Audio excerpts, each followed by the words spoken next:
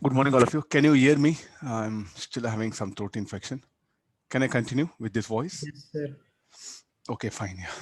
Yeah. So if you see the this week's syllabus, we have that experiments. So that are very important, and actually they are supposed to be done in lab. I think we don't have any chance of doing any lab. So I just brought the content and just display it and try to explain some points. So most of them knowing. So even based on this graph experiments also, they can ask you very good questions. Like if you see in the chemistry, they asked once the Bunsen burner. We don't have any description in any book. Unless you do lab only, you're going to get a basic picture. Uh, Anything they can ask you here also in experiments. So today we'll cover the content on the experiment first. Then tomorrow again we have a syllabus like a diffraction, polarization, so many other things are there. We'll focus on the optical instruments, resolving power. I think this is the first experiments are there. Next we have diffraction, resolving power, optical instrument, and polarization. So I think today will some 7 experiments I brought it. I think you are familiar. Just have a formula. They may ask you any theoretical questions also. Optical bench, some idea of optical bench is needed. That I'll try to show from diagrams.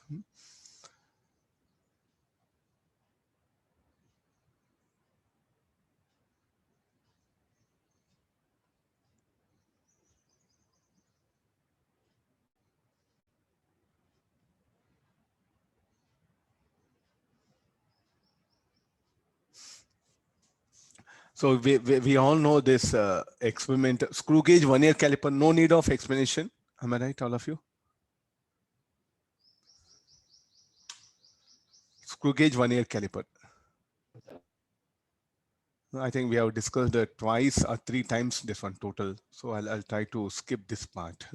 So once you want, you can read once. Text is available.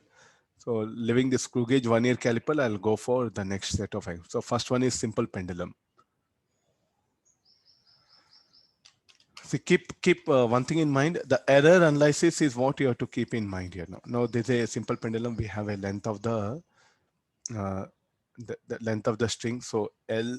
So this usually the bob. No, the bob also will have the radius practically. So in our theoretical questions, all we made as a point object. That's why he is writing L plus small r. Length is length of the pendulum is not length of the string. It will be L plus r. Usually in the if you go for the lab, no. So this will be the string. Then we'll get a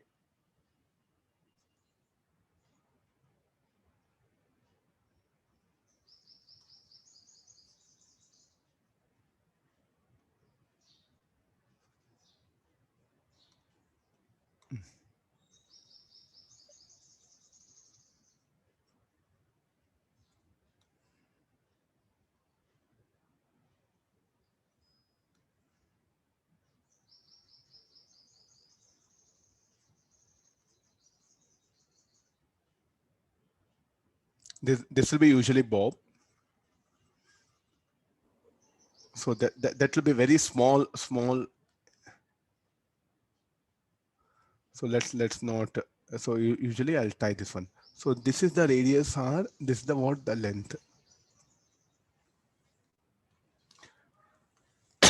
So for it to trouble you in exam, they'll give radius of the bob. In that case, the length of the pendulum will be L plus R. It's missing here. These things is what you have to trouble. So definitely when you're finding the radius of the bob also, you'll do some error. Measuring the length of the also, you'll do error. Then you go for error analysis. So what is it? Usually we are interested to measure the time period, no? So the acceleration due to gravity. What is the major purpose of this acceleration due to gravity? So the expression will become 4 pi square L plus R into T.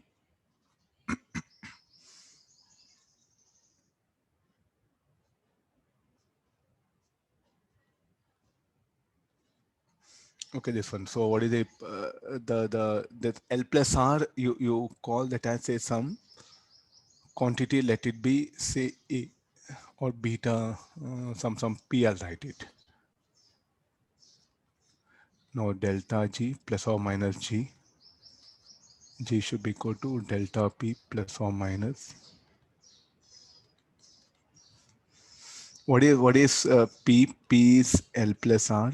This will become plus or minus.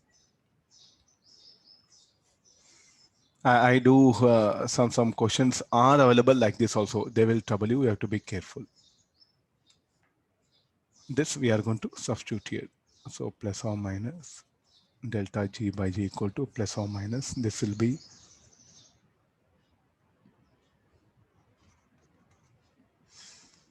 delta L. Sorry, it is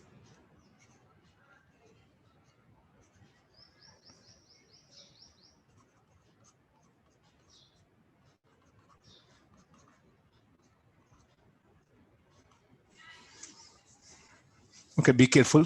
We don't have till now any question, but can be stressed like this.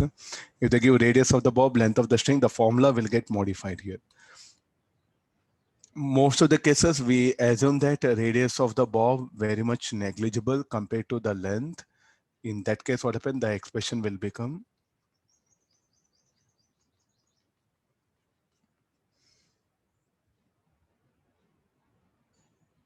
T square, no? I think I then, no, wait. So, some. Okay, introducing the 2 into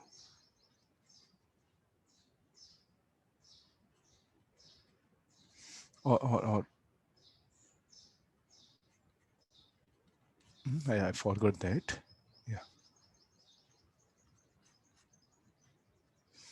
If delta is negligible, I think that this, you're very familiar.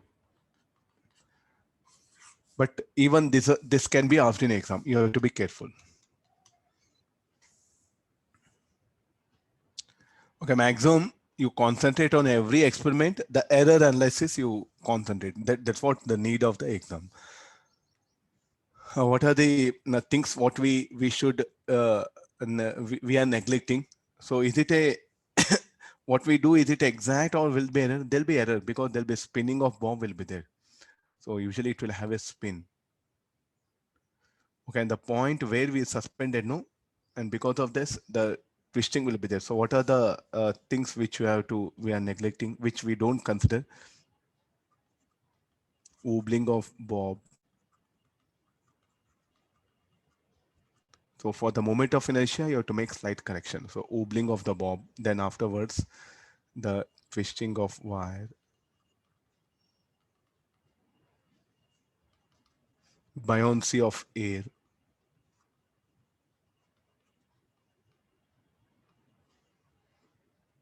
Okay, all this what happen will lead to some error. Okay, that's why what happened when we do experiment, we should not get exact value, we should get some error. So definitely they may test what are the possible uh, errors what happen which we don't usually consider. That one, wobbling of bob, the bob what happen will also the spinning effect, the moment of inertia will change. It should not be just only mgl ml square. So spinning effect has to be taken. Twisting of wire, then buoyancy of air. So all these things is what happen have to be considered. Okay, these are some theoretical things. And this is some extra things. I think this is the first time what you have seen, but it's a if lab manual. If you take it, no, we do have a description like this. How they will trouble you questions like what happens if I pick up a bob of radius which is comparable to length, then you have to do like this one. If the radius of the bob is very much less compared to length of the string, then use this one. Okay.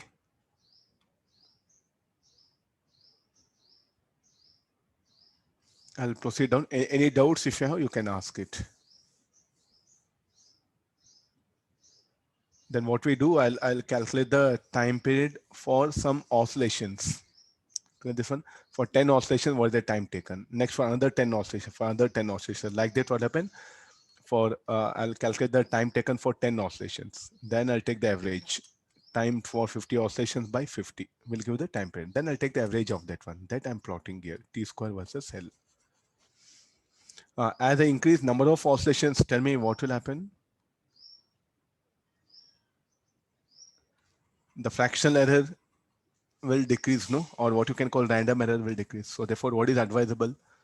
Number of oscillations should be more. That's why you see like he has made 50. So how this error inversely proportional to random error is inversely proportional to number of observations. So if I go for more number of observations, the random error will decrease. I think that n is adjusted here. Am I right? That n is adjusted. What is n? N is number of oscillations.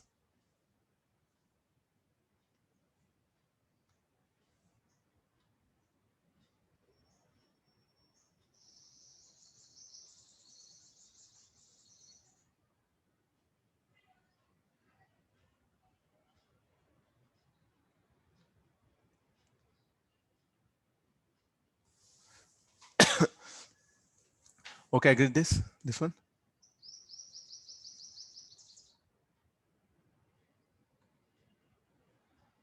Chat box. Let me check the chat box. Who is Ramesh here? Anybody?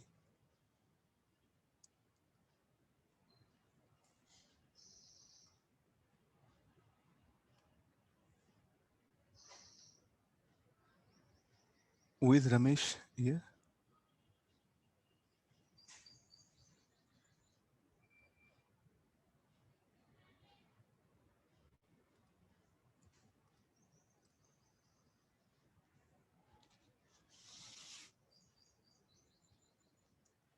Which section you are, Ramesh?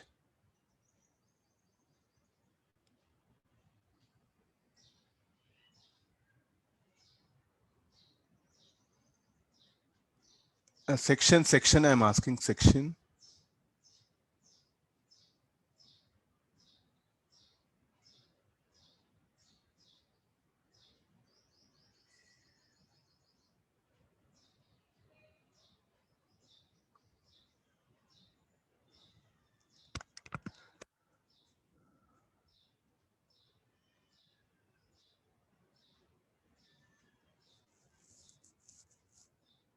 Alpha, junior alpha. I don't know.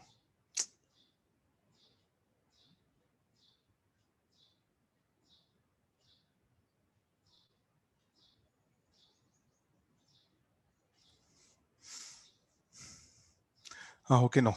Any doubts you can clarify, please. Anything related to experiment, just you must have this one.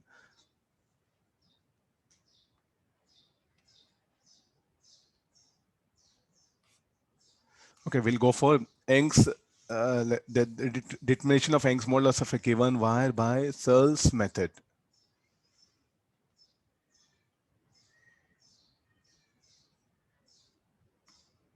Okay, now I have two experiments. What we have, one, I'll take the string whose Young's modulus have to be determined.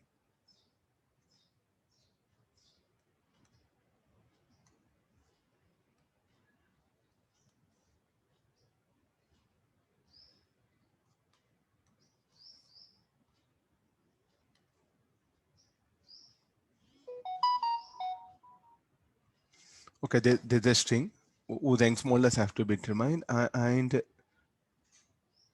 that I'll show it here. So two set of experiments what we have.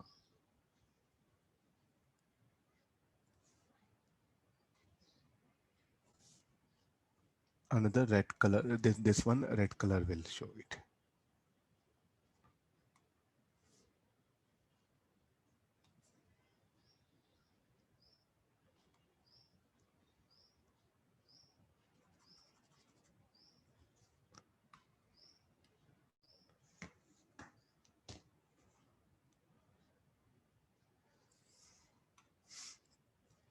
Okay, we have to calculate the Young's modulus of a wire. So what shall I do? So let's go back to the how you define Young's modulus.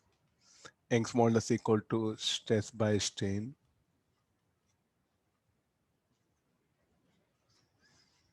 What is the T? T should be equal to mg.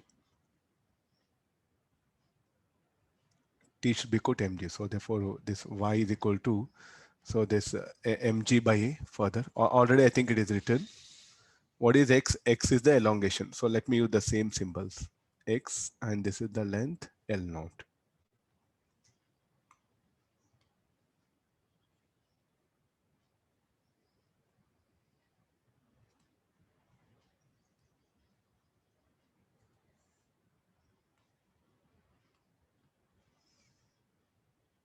Okay, no, already the first diagram is, why I'm bringing this diagram is what something we are supposed to think and analyze.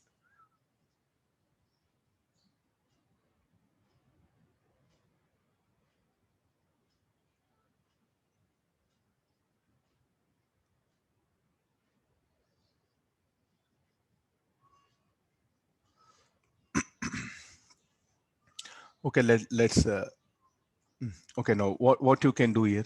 So actually, if you go to the lab and start doing this elongation one, so you try to do this experiment.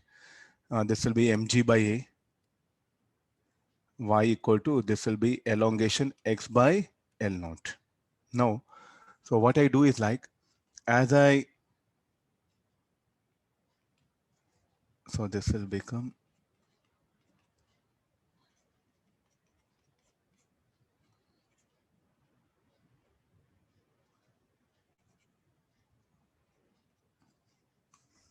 what is t? T is equal to, in fact, mg. Now you try to say this.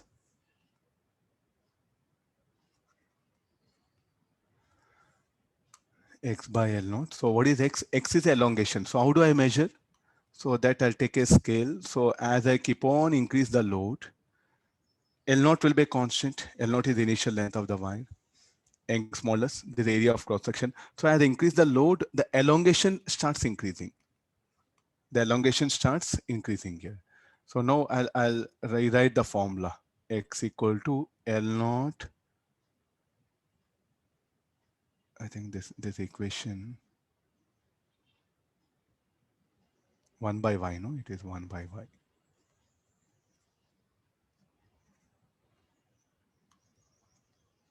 This one, what is A? A is the area of cross section. So I think I'll rewrite all the things. It'll be easy.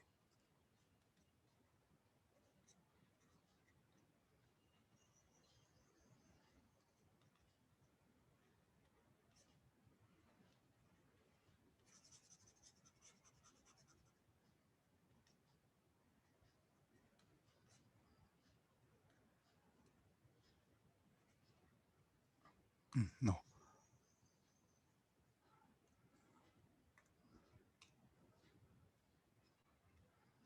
So x equal to mg L naught by pi y r square.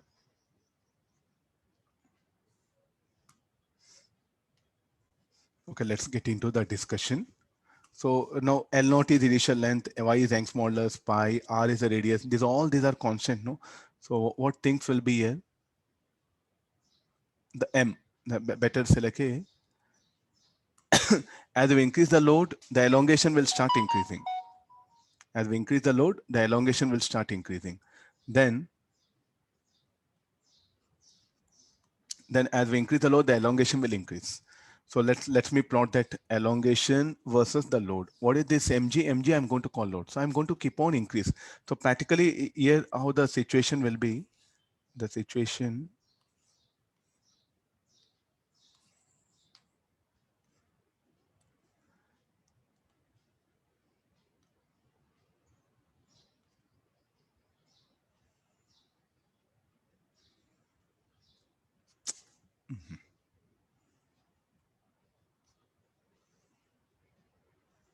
there's a rough diagram it is given. So in the lab, no, usually it will be of like this. There's an angle. Here there'll be a pan, and here I'm going to put a load, and this is L naught, initial length, without any load. So as I increase the load, so there will be an elongation. Okay, come for this one. As I keep on increase the load, the elongation, the string will increase. So this is X, you can put it. Yeah.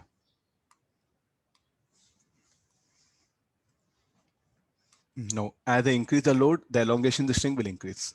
So X equal to L naught Y by T by A. So T is equal to what? Mg, this one.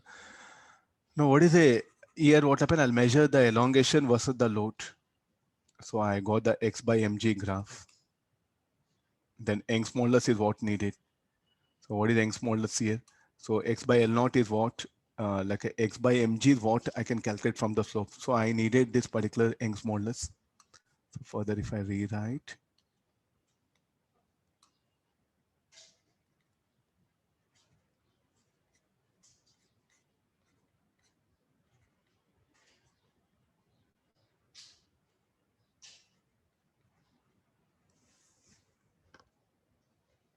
Now you see this one. So this can I calculate from the slope? Yes, it is slope from the, and this is a, this part is a constant. So from the slope, what when I'll get reciprocal of slope will be mg by x. I'll substitute that value. Then what when I'll get the Young's modulus. I know L naught and pi square. This is a one elementary method in self-installing. Why we are not preferring this? And I'm saying that this is what the experiment. This we don't prefer. Anybody?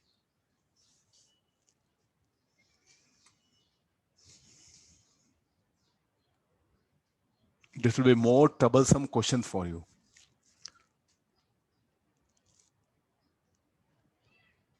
Why do I'll go for this?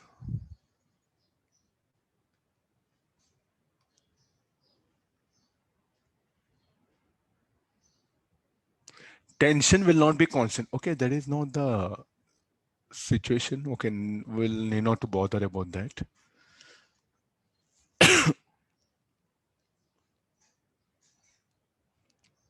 Anybody? What is the drawback of this?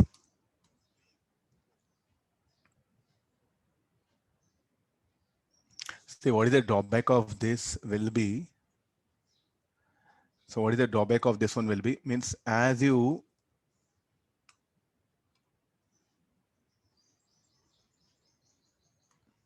what is the drawback of this one is like as we increase the load, the elongation will increase. No doubt that one.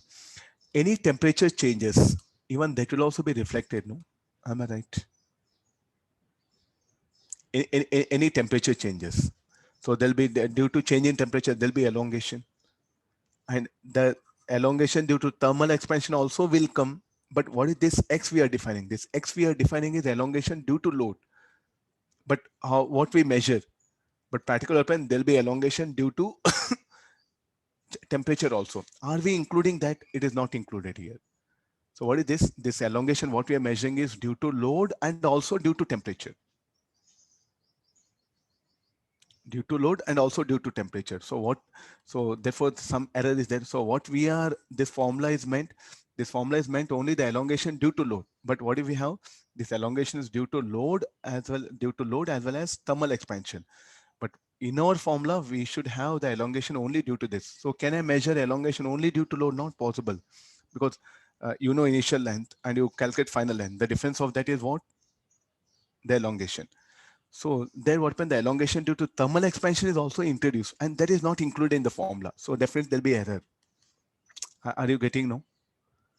So what is the drawback of this formula? First method, the elongation due to thermal expansion is not accounted. The elongation due to thermal expansion is not accounted. The elongation due to thermal expansion is not accounted formula, or the formula is only elongation due to load. The thermal expansion, the elongation due to thermal expansion is not included here. So definitely it's been error. So I'll write the comment here.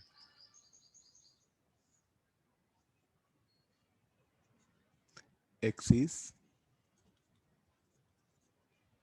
elongation due to load and also ambient temperature we call, or the surrounding temperatures also due to surrounding temperature. X is elongation due to load and also due to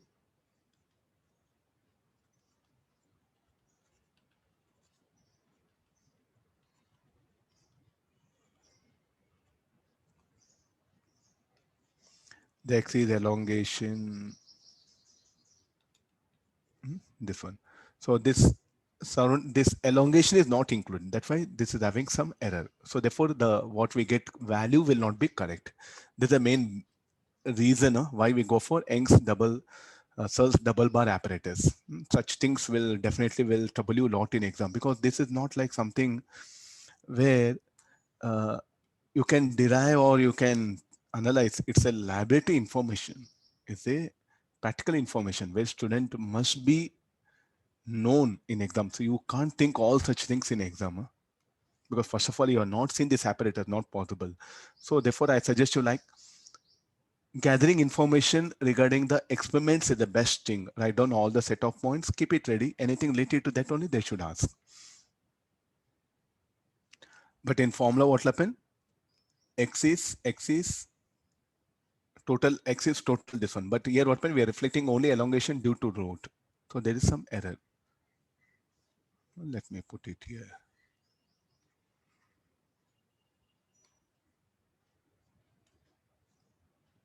Temperature, but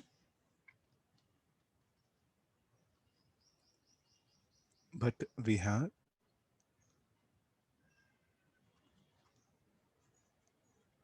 substituting only, but the formula,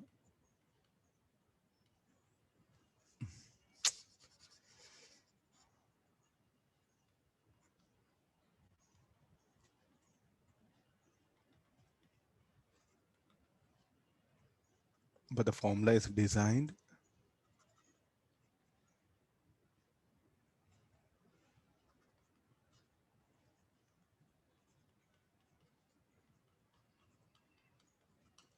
due to load only. Okay, there is a drawback.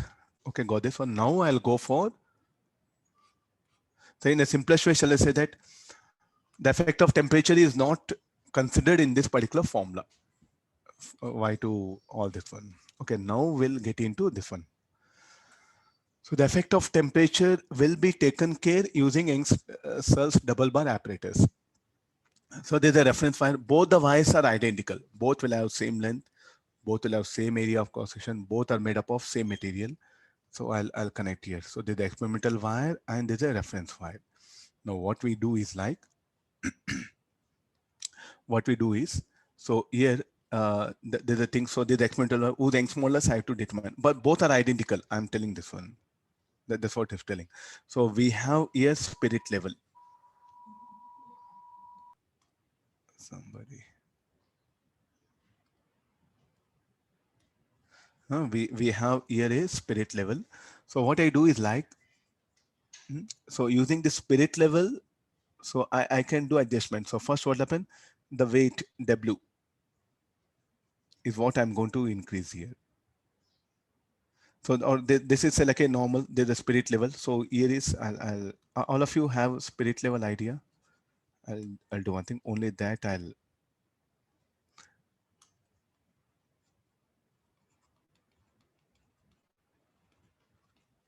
yeah, no.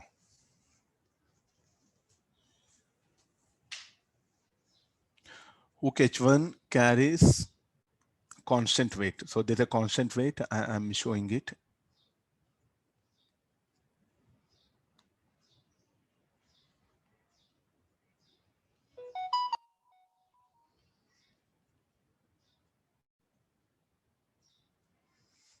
And there's a, I think we have some around 21 experiments are there. Huh? Mains come advance. So all the 21 experiments we are supposed to learn. I don't know how much of time we have. That's why I just directly started the discussion today. We have plenty of, this 2 weeks will be very, you can say, crushed one. A lot of things we have to go through and we have to go for the mains grand test. And from student side also, I want you to recollect as much as possible content, especially the difference in syllabus, no? So this week and next week. So plenty of things are to be read and memorized here.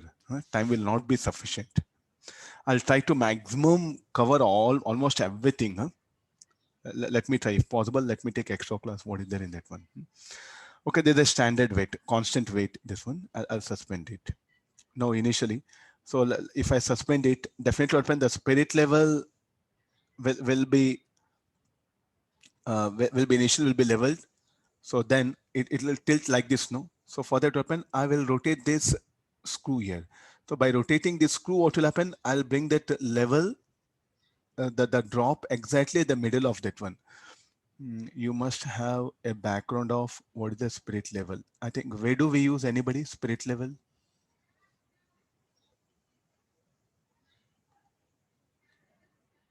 I want some answer from your side.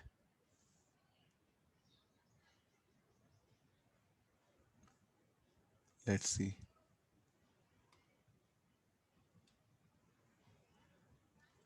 Okay, construction sites, whether it's a horizontal or not, this one. So this everything will be water, no? This everything will be a water drop. This, and there'll be a small bubble will be located.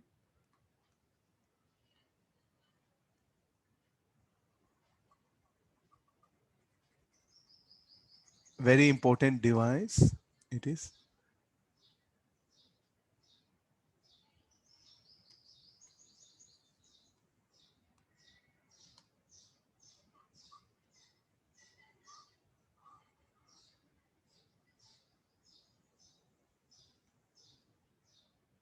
Okay, this one.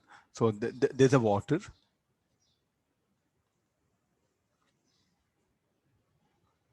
there's a drop. So there's a air drop or bubble, you write.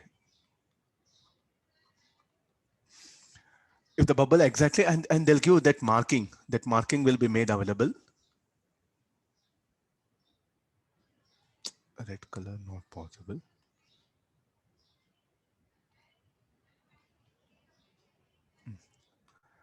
Red color marking will be there. So if the air bubble is exactly between this one, so definitely what happen, it is horizontal. If you tilt it, it will move in this direction. If you tilt like this, the bubble will be here. To say that exactly this particular surface is horizontal, if the bubble lies within that marking, no, so then it's said to be horizontal. The similar situation here. So when you hang this weight, when you hang this weight, so this part will move down, no. So the red color wire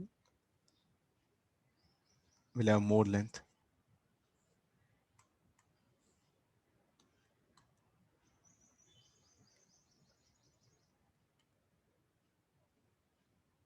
This will have more length, and what we have is this was the thing. So how the spirit level will adjust itself like this. Am I right? So in the bubble, this particular bubble, what happened will come here. I can't draw that yellow blue color, only yellow I'll show it. The bubble will be here. So what does it mean? This having more elongation because by hanging this weight H1, it is a fixed weight. Hang that after hung that particular weight, so this will get elongated. So this is the elongation. Now to make it level, what happen? I will rotate this screw. By rotating this screw, what happen? You are pulling this particular frame. This F1, F2 are called as the frames. That one. So by rotating this screw like this, so this particular screw, what happen? Will be connected to screw level, the spirit level. This one. So as you rotate this screw, this particular entire frame will move down, so that it will be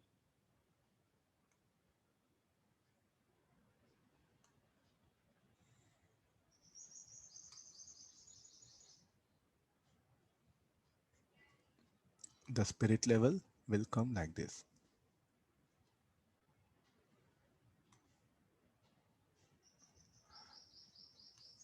Okay, getting this one.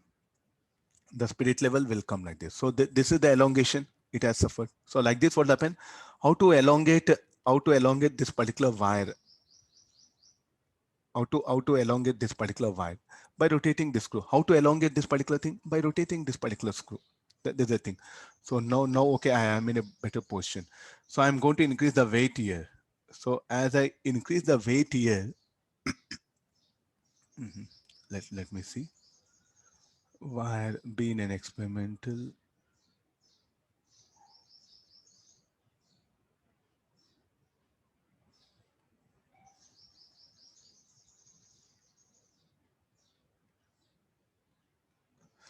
Okay, H2. So here what happen? I'll keep on increase the load. As I increase the load, so definitely what will happen to this? This particular frame is going to move down. So as I increase the load, so this particular frame what happen will move down. So this will get elongated.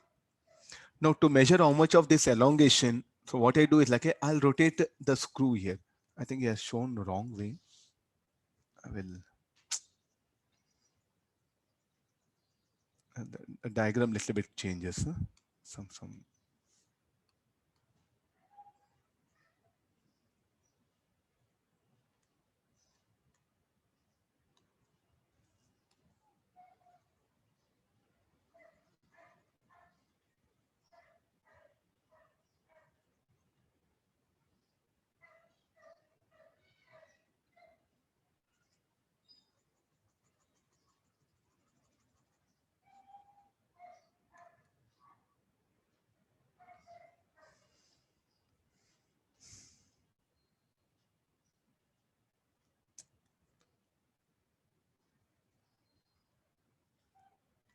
Some correction is there in the diagram.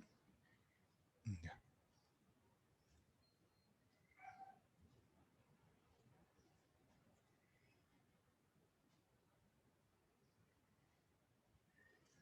Okay, no. So there's a screw. I'm going to rotate this screw here.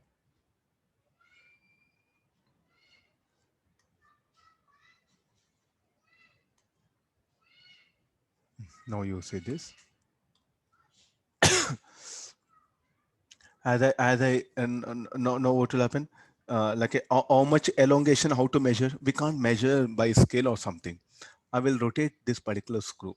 I'll rotate in such a way that till this bubble, as I rotate it, till this bubble, what will happen will come. So now there's the initial setting. Okay, afterwards, finally, what will happen is as I increase the load here, this will elongate it. So it will get tilted. The system, what will happen, will be tilted. I will take it out this. This is not needed. You'll get confused.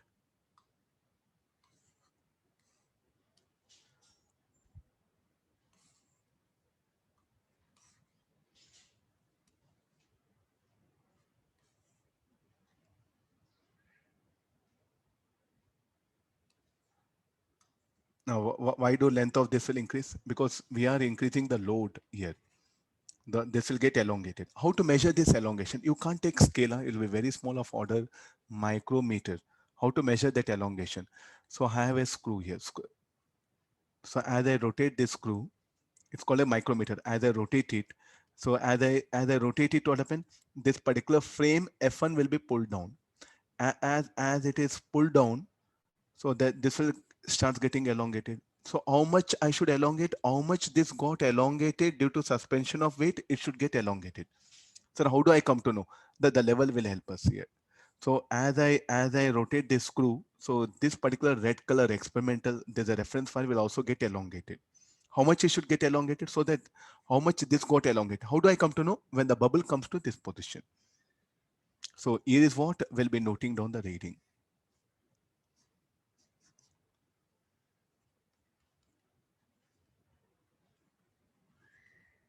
So you come to know from the reading, what you come to know what is that elongation. So for a corresponding load, what happened? We got elongation. Again, what I do? Again, it has come level. So it got elongated. There's the initial first elongation. Got the idea, no? Next, again, what I do? I'll increase the load. Then further, again, it'll get tilted and the bubble will shift like this. The bubble, actually, it should come on this side, no?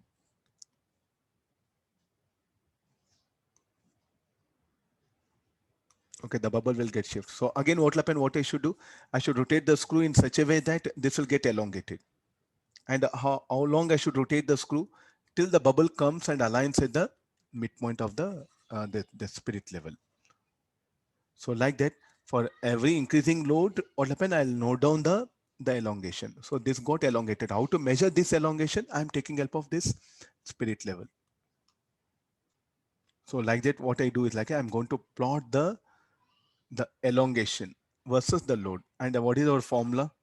Young's modulus equal to, so the elongation x mg. So from here I'll get a slope. So what I do is like the load, the graph will be,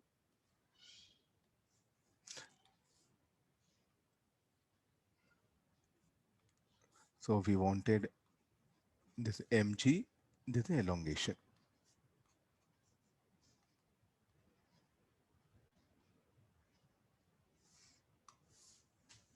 Okay, fine. Now this is the,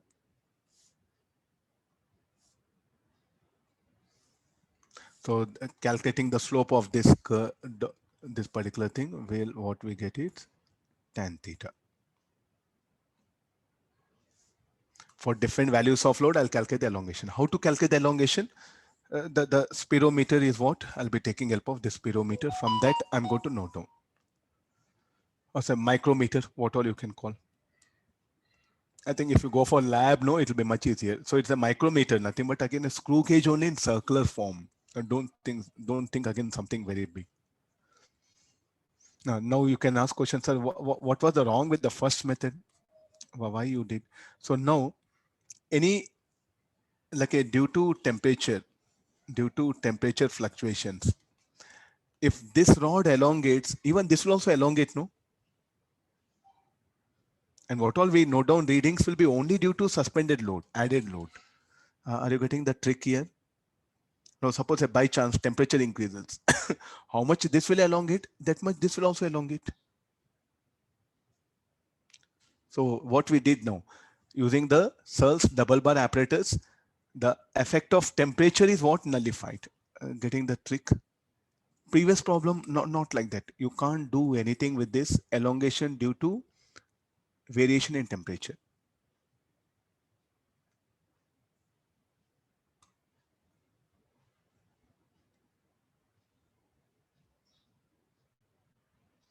After bubble gets displaced, I'm going to rotate this micrometer so that the spirit level will become horizontal. What shall I do? I'm going to rotate micrometer so that this will get elongated. How much this wire got elongated, that much this should be elongated, no? Because I want to measure that elongation. So how to measure this elongation? This elongation.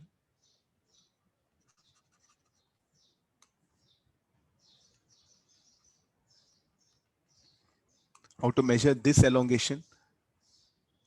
For that, what happen? I'll make this wire to experiment, this reference wire to elongate. How much I should elongate till the bubble comes to the midpoint, the reference level, from here to here. Then I note down how much I rotated. Then from that, what happen? I'll come to know the elongation. As I say, for W1 we got X1. Next, I'll increase the load W2. Then again, the situation will be like this. Then again, what I do is like, again, I'll rotate this like a micrometer in such a way that the bubble will get aligned at the midpoint. Then I'm able to calculate the second elongation. Like that, what happen? We'll plot and we'll take a slope. We'll get the required answer.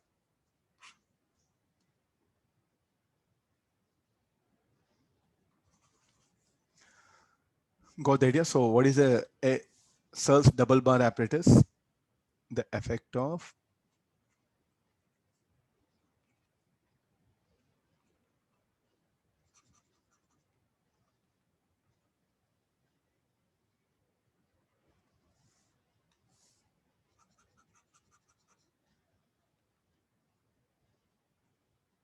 the elongation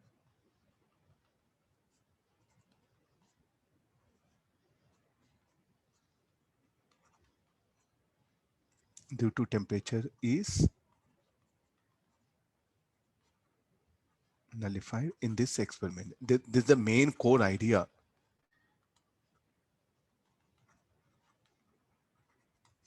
Can be asked for you in advanced exams, so you have to be very careful. Mains, advanced, anything that it be.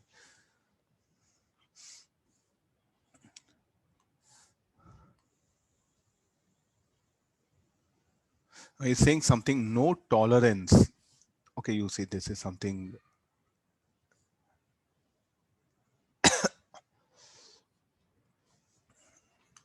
What do you mean by that? The mass what I have, no, that is what, nothing but exact. What we have mass is, that is exact. What the mass, what we have is exact. If it is having any tolerance, what do you mean by tolerance? Because if the mass is given like this, m is equal to the load what we are going to add, if it is like this.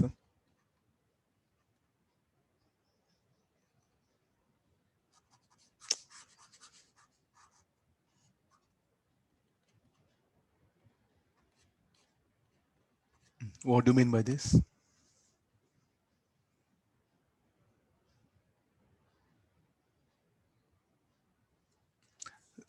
There'll be some error in the measurement of mass also, that has to be included here. Usually we will not be, because the weights, what happen, we have a standardization, no? There won't be error. If by chance in exam, if they give like this, then you write delta m by m also here. Got the idea? So no tolerance in mass, it's telling. If there's a tolerance, means the mass will be expressed like this. The load what you're going to. So that's why in the Searle's double bar apparatus, if the mass are standard, the formula will be like this. If the mass are not standard, standard sense like if they have some error, no, then plus or minus delta m by m has to be included. Got the idea?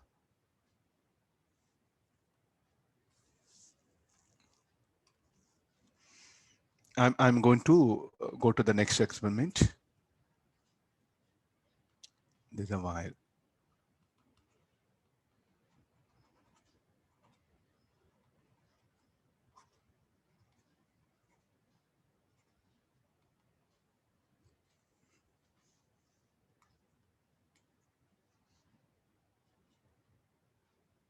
So good theoretical questions they can ask you. Huh? So if they ask you something related to errors, okay, you know maths, but these things, unless you have read, not possible in exam. Note down reading of the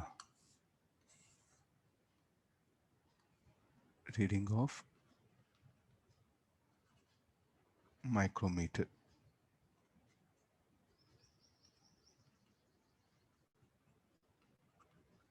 After leveling the, what is that name is, spirit level.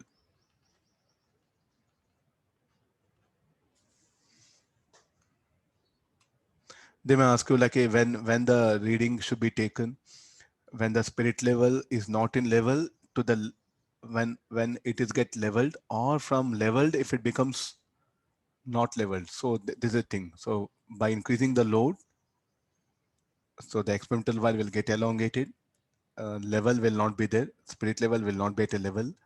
Then by rotating the screw, so what happen, the spirit level will get leveled, and we are going to note down the micrometer reading that will be proportional to elongation of the wire. That's the idea. Any doubt, you please clarify. Sir, effect of elongation due to temperature, how is it? How much this wire will elongate, that much this will elongate. No, finish over. So what all we are taking reading now is only due to elongation due to load. No, that's what needed. Are they both Okay, wires sir. of same material? Same material. That's what standard wire. Both the wires should be of same material, identical wires. They should be identical. Strict condition. Sir, if they're identical, then Young's modulus will be same, no, sir? Let it be. Okay, no. What is the So problem? what's the need of the experiment? What happened? We know the Young's modulus of the first one, no, sir. Ah, Both will be same, no, sir, Young's modulus. We don't know Young's modulus of first one. actually, shall I tell you one thing? I don't know Young's modulus of wire. I'll take that wire. I'll cut into two parts. Same length, same area of cross section. I'll take aluminum wire. Okay, sir. I think we should have common sense now. Huh?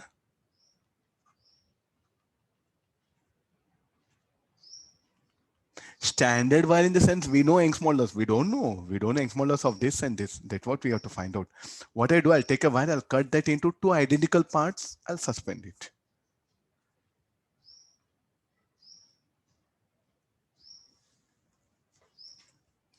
This will be really troublesome for students because it's a information, that's all. Until this teacher or you have not read information or teacher didn't share the information, not possible for you to crack such questions in exam. So anything theoretical questions that comes in exam, be sure that you know that one, but don't make a guess anything in the exam. If you don't know, leave it. Or if you know it, okay, go for it. I think that clarity should be there in attempting such questions.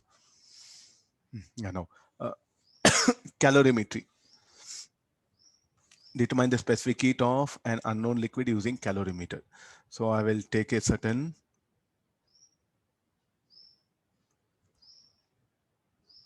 this is something. So this called like a Regnolds apparatus. So do remember.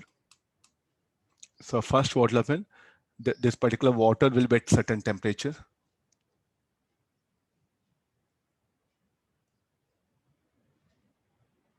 Theta 1, theta 2 will indicate in the diagram.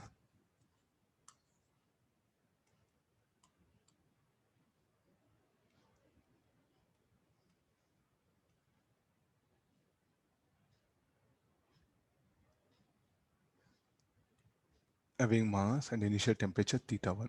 Okay, this is theta 1.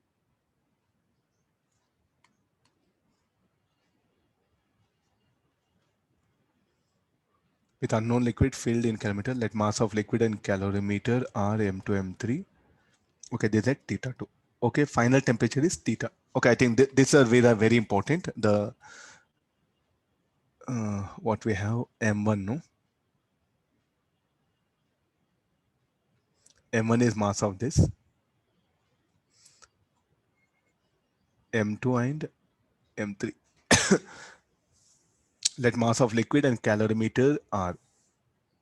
Okay, this is M2.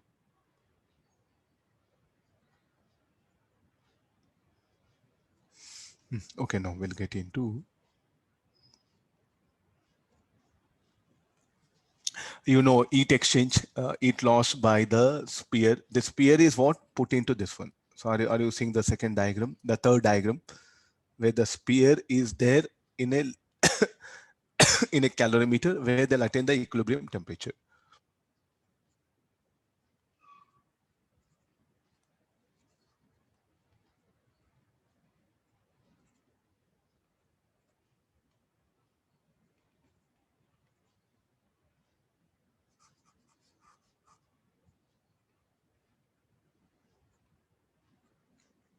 Sphere is immersed in, or sphere is put will write it.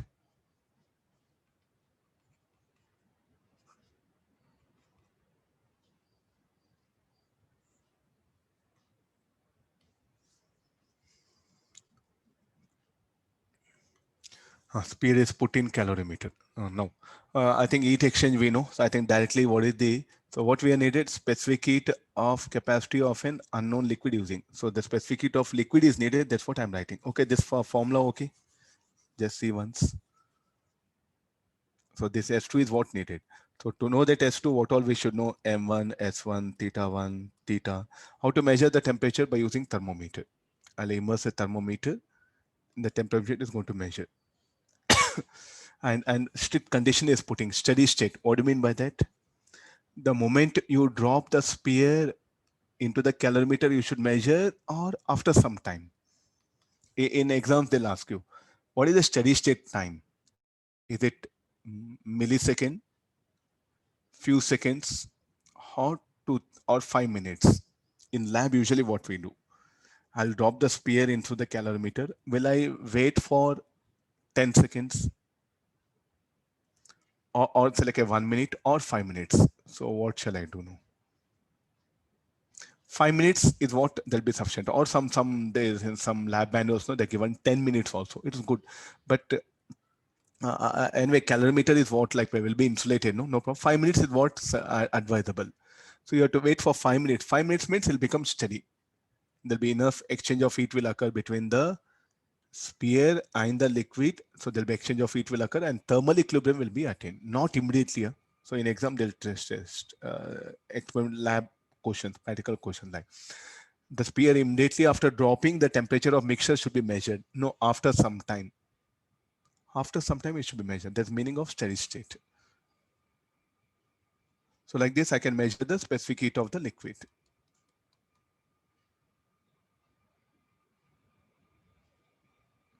You see, there are so many things are there. I'm not going to pour this. You have the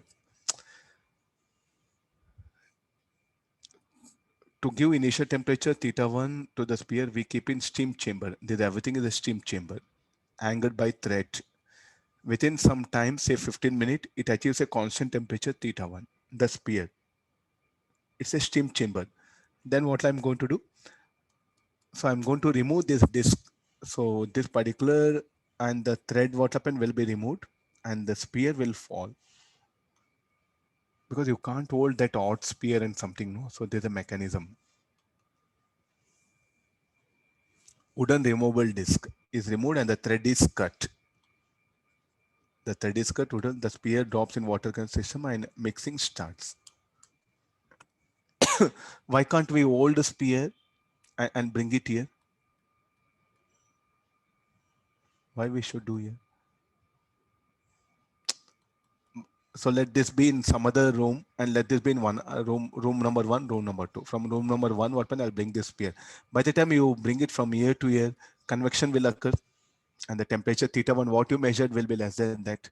So therefore, immediately it should be drop that one. The moment you open the disk cut, it will get dropped. And there should be, what should be the distance? This one, 100 meters. Few meters, and it should not be very higher, 20-30 meter, because as it falls, convection will occur. So usually in the lab, no, this will be around some 3 or 4 centimeter, not that much of big. Again, the liquid should not be splashed, no, so it will be gently, it will be dropped. Though you remove the disc, no, so the thread is lowered. Then I'm going to cut it, and it will enter. Initially, what will happen? Any convection will occur between the sphere and the liquid in the calorimeter.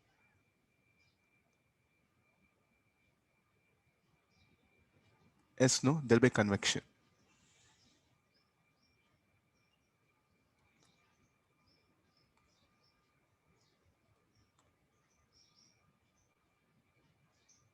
There'll be convection. There'll be convection will occur. Then due to convection, heat will flow inside the calorimeter. Then equilibrium is achieved. Let's not bother that convection ideas here. We are bothered about temperature at equilibrium. That is enough. So they may test you here. There'll be exchange of heat between the sphere and the liquid, and how the heat will flow inside the water through convection, because this will be hot, this will be cold. No, there'll be movement of material. So will there be any movement of water molecules after adding the sphere? Yes, it is due to convection.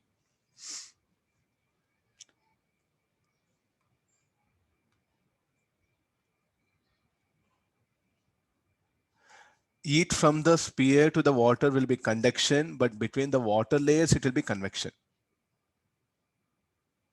Okay, that's the idea. This will be conduction. Definitely the water will come in contact, but actually what's happening, the given layer of water will not be contact. The one which is in contact, what happen? It will rise up, no? Then the next layer will come. Like that, there'll be convection current will be there here. So a given layer of water will not be in contact with the sphere, because the layers, convection current will be like this. This idea. So they may introduce some convection also. Be careful. What is a possible error in measurement of specific heat?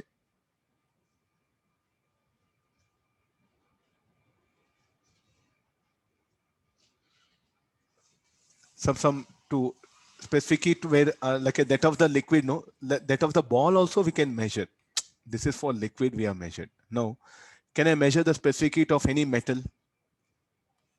So I know now the liquid. I'll come for the metal, the body of the liquid as well salt. So this experiment, what happened, is used to measure the, I'll write it here.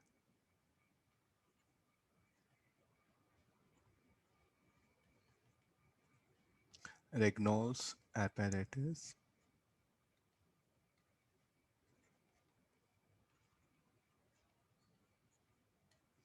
Regnolds apparatus is used to measure the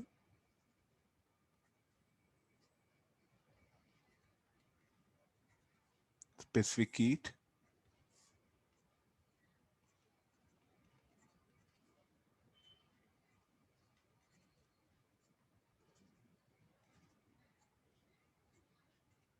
Okay, fine.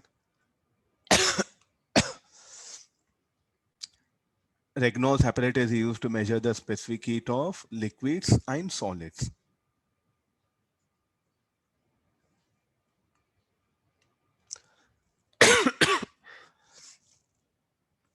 No. For solids, no. This one is unknown. No, he's asking what are the possible errors. I think you know error analysis. Carry on with that. Usually what happens, the masses will be absolute, no? There won't be error. There won't be, you can say, error in the measurement of mass. So only the measurement of temperature. Why the error will be there? Why I'm focusing? Why I'm not taking this parameter?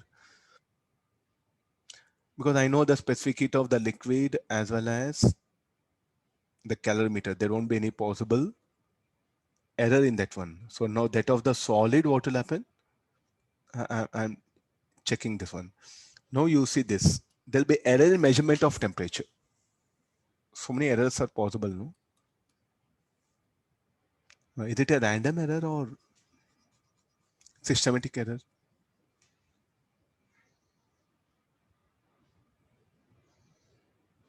Anybody wants to share this? Is it a random error or systematic error? It's a random error. See, any instrument must have a random error. So there's a random error. So that particular thing will be reflected like this.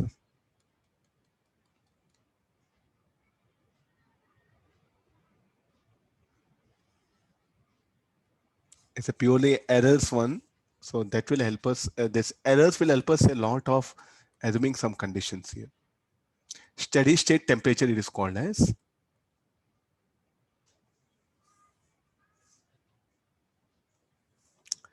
The error in measurement of specific heat of solid will be least when steady state temperature is θ1 plus θ2 by 2.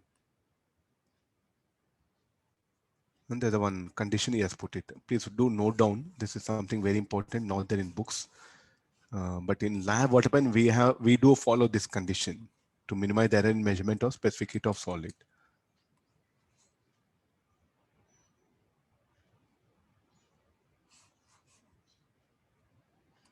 Okay, now I'll go for next one. There's a resonance column. I think you are quite familiar. This is that air column. And there's the water.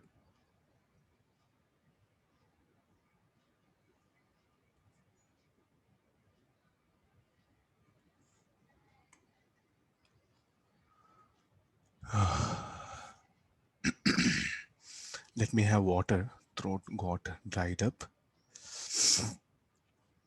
I think some 4 days it is troubling me a lot, especially voice.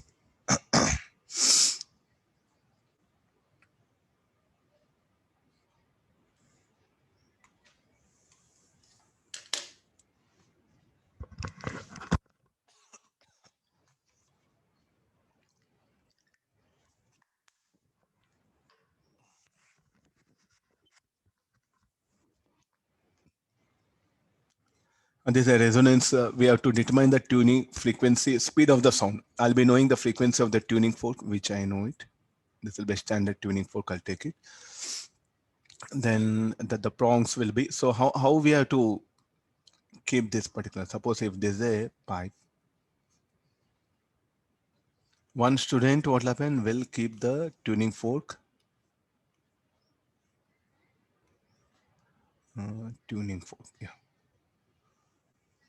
Will keep like this. The other student, what happened? Will keep the tuning fork like this. Both are same. Huh? I think now you are able to understand the diagram.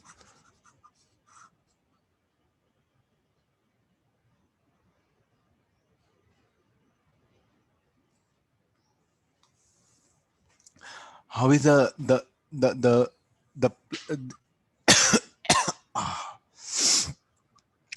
the plane in which the mouth of the pipe lies and the tuning fork? How these two planes should be perpendicular?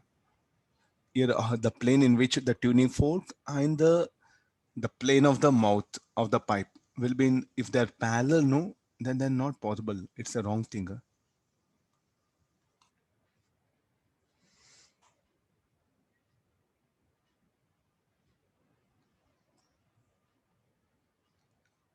So I'll give at least, I think, through the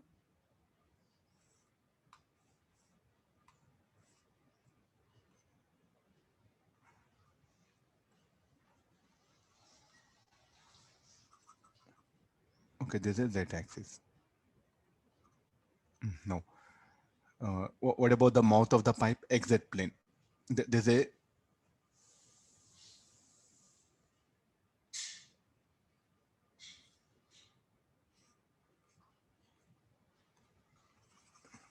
I think this was asked in advanced exam.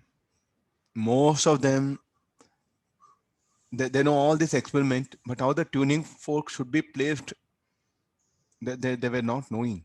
And most of them went wrong. Either one should have done lab or at least you should have gathered the information. If nothing is there, then you will be in big trouble. There's the water. Let me proceed here. Okay, there's a thing.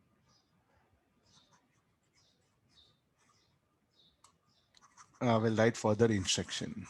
There's the mouth of the pipe. There's the air column.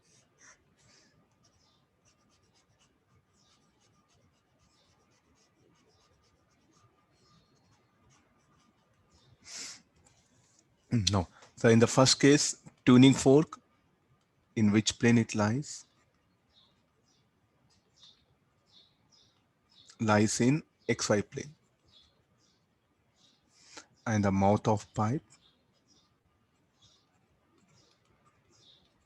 in XZ plane. I think rather than diagrams, no, I can take the coordinate axis. I can explain that conditions here.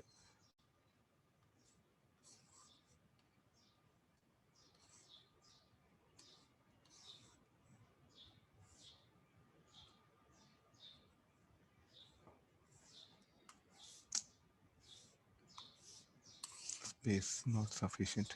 No. In this plane, no, it lies in XZ plane. So no, here what happened that the disturbance will propagate here. The sound wave will propagate. What about here? The sound wave will not propagate. The sound wave will propagate in this direction. So there won't be any wave here. So we don't get any standing wave. No standing wave here. No sound wave. Better let me write.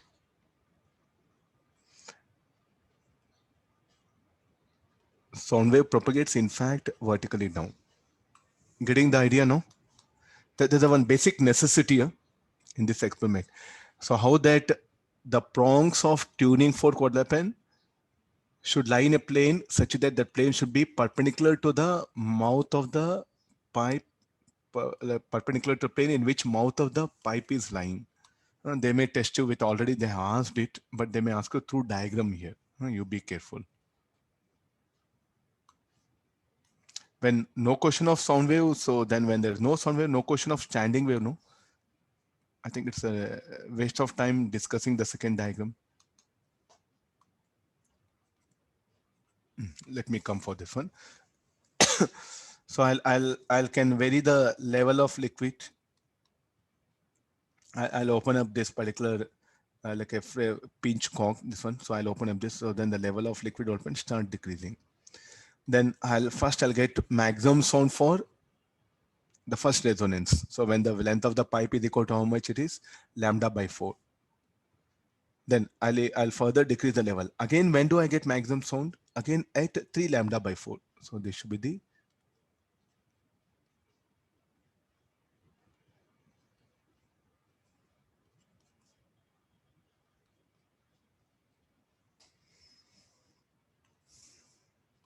so I know the resonating length L1 and L2 I can measure. From that, I'll substitute, I'll get the required answer. Then we have even end corrections also. Even the end corrections also can be determined using the same method. I think we have discussed some numericals, so many things I know. So there's a theoretical, practical thing what you should know.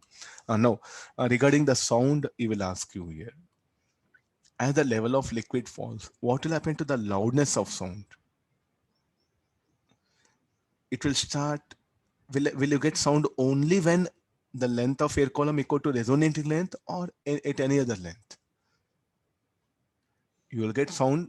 So the moment you start vibrating tuning fork here, as the level of liquid starts falling, then what happened? The sound what happened will increase. Then at one specific length, called as when the length of the air column becomes lambda by 4, I'll get maximum sound. From where? I'll be standing here. So how that particular sound, I think you do one thing.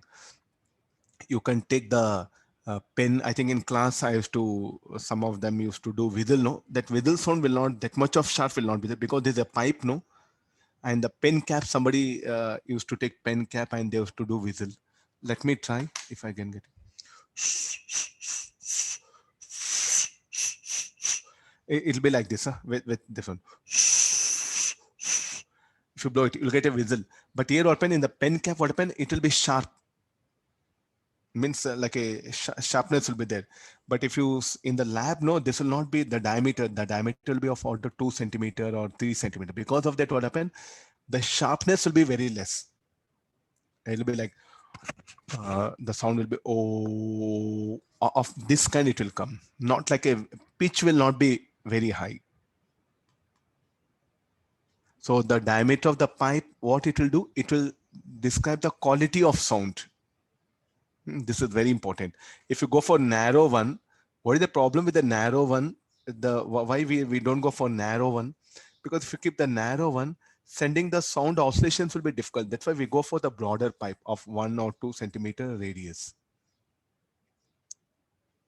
If you go for narrow one, if you go for narrow pipe, what is the problem is pushing the sound wave into the pipe will be a little bit troublesome. That's why the radius of 1 or 2 centimeter is widely preferred. And as the radius increases, what happens?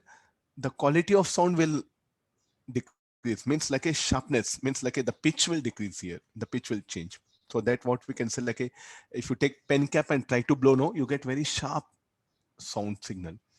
Here open, the sharpness will not be there. So it'll be of this kind. Oh, of this kind will come.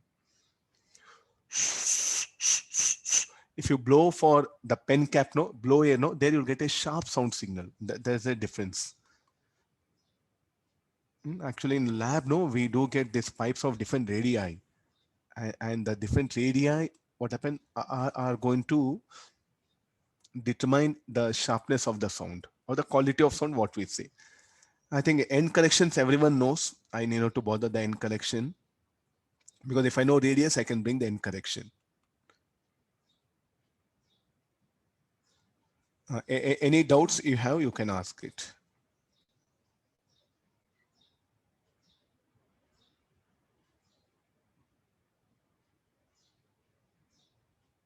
Any doubts if you have, you can ask it here.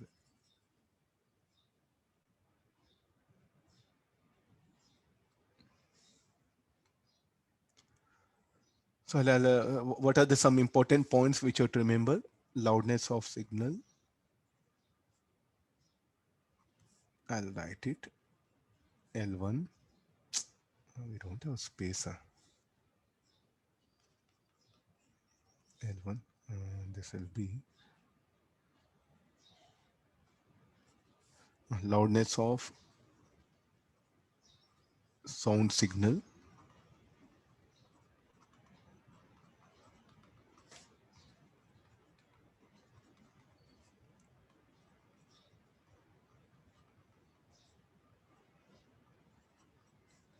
When length of air column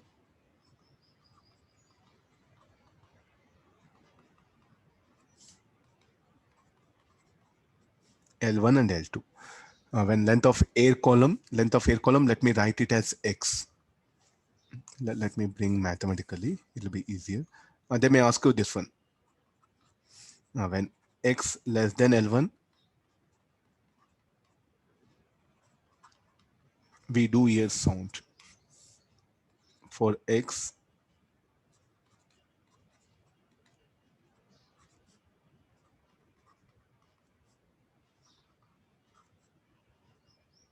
okay, so there's also data which we should know.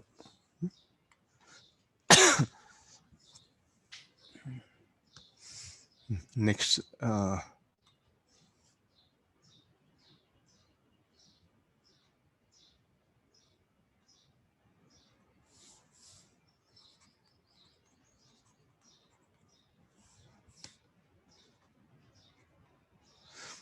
yeah, any doubts in this particular thing you can clarify.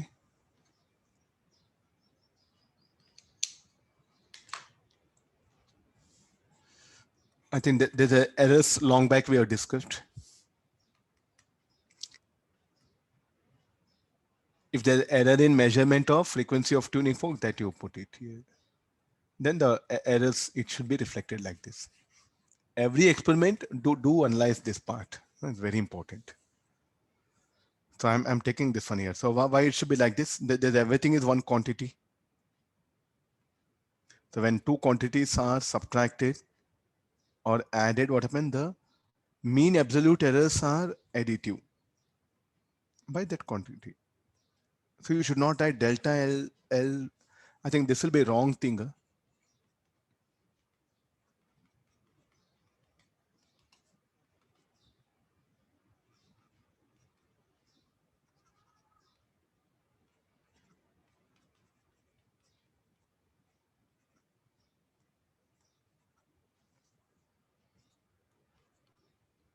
Okay. That will be totally wrong.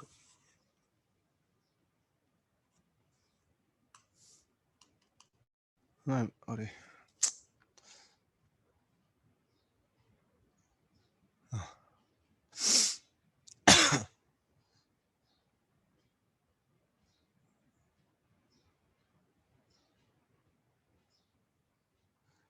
Shall I go for next one? Okay, this just see once, and this will be the, he has given some practical appearance of the circuit also.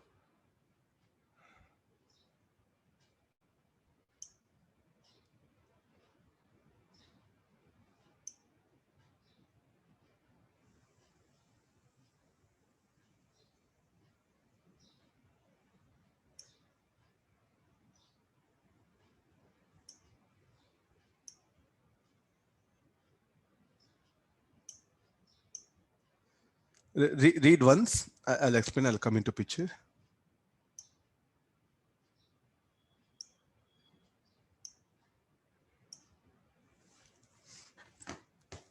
No, to what you have to find out the resistance using Ohm's law. So what is Ohm's law? V proportional to I. So R equal to V by I. So what is that? What is it?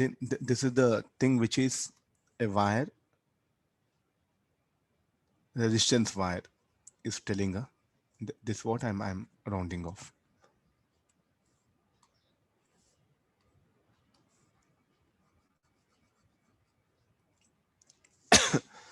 By using voltmeter, and there's a rheostat. By varying rheostat, I can control the current. So what is the duty of this rheostat?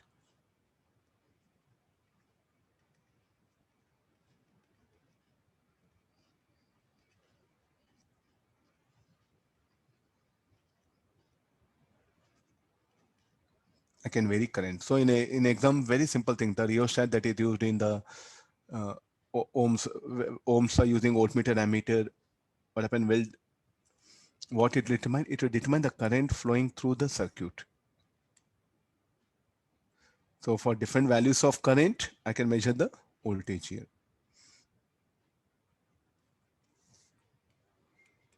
By shifting the rheostat contact, reading of ammeter and voltmeter are noted down. This, I think this is the most important part of the experiment.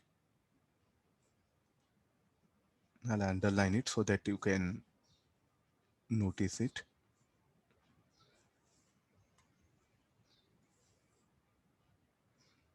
It's very simple. Nothing. So we'll note down that one. So at least for 6 observations, we take it. So more number of observations, better. The random error will be minimized. So what is the basic idea? Random error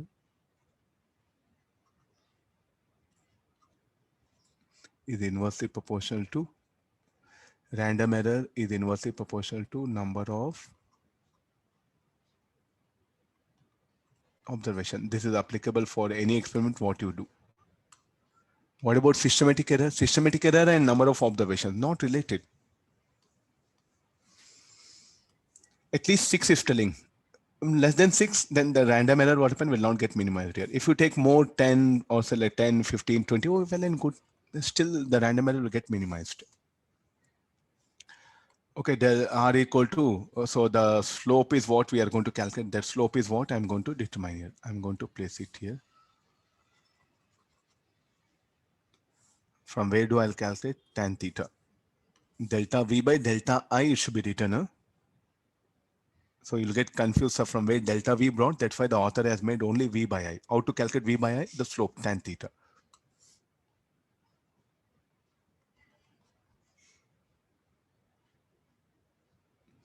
Okay, let's get into this particular thing.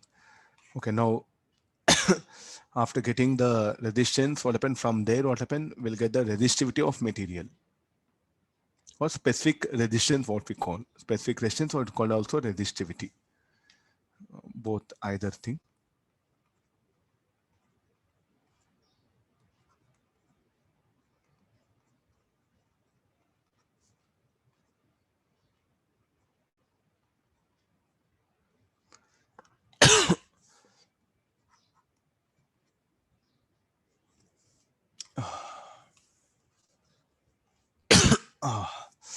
Specific resistance, or it is also called as a resistivity. D rho by rho. I think this from, error analysis. We'll put like this here.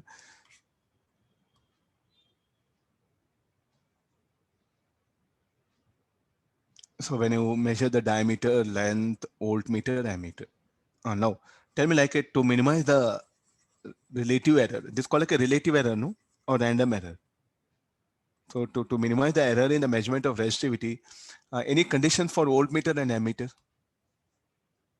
What should be the resolution of them, or resolution is smallest? So one student will do this experiment by micrometer, microammeter, then milliammeter. Tell me where the error will be more.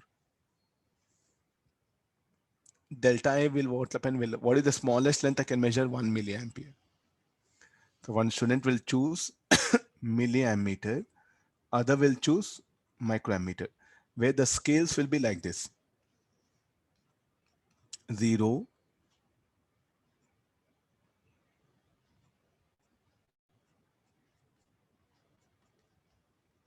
smallest division is 1, 2, 3, 4, 5, 6, 7.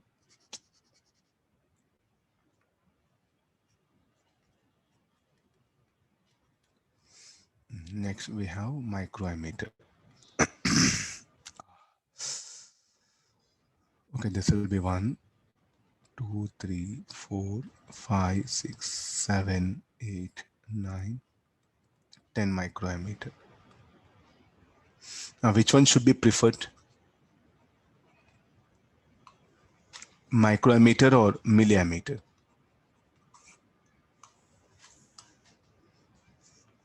What is the smallest current you can measure? 1 milliampere here.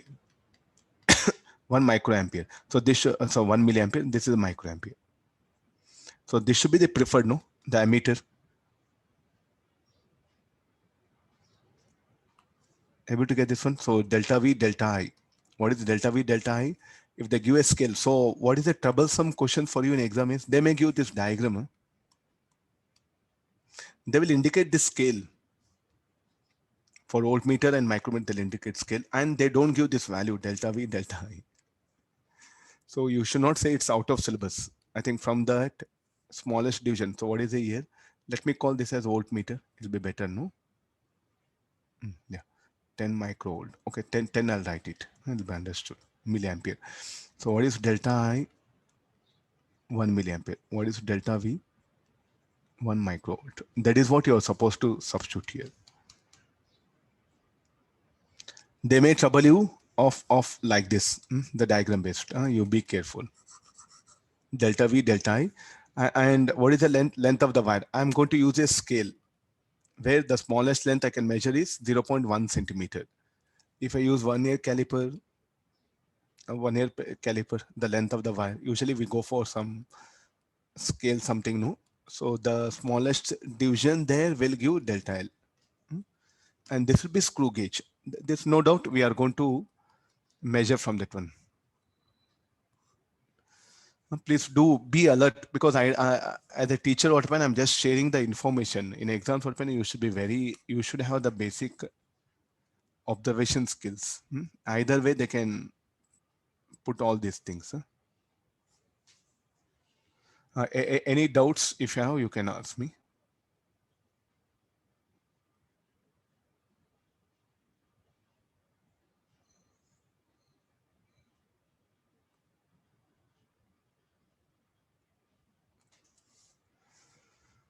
Any doubts? Okay, I'll go for the next one. Meter bridge experiment.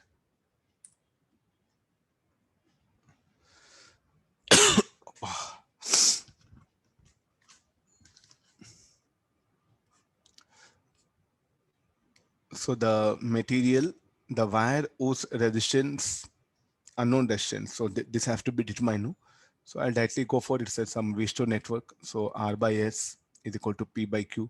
What are P and Q? This particular thing. The unknown resistance now I can determine here. So L by 100 minus L.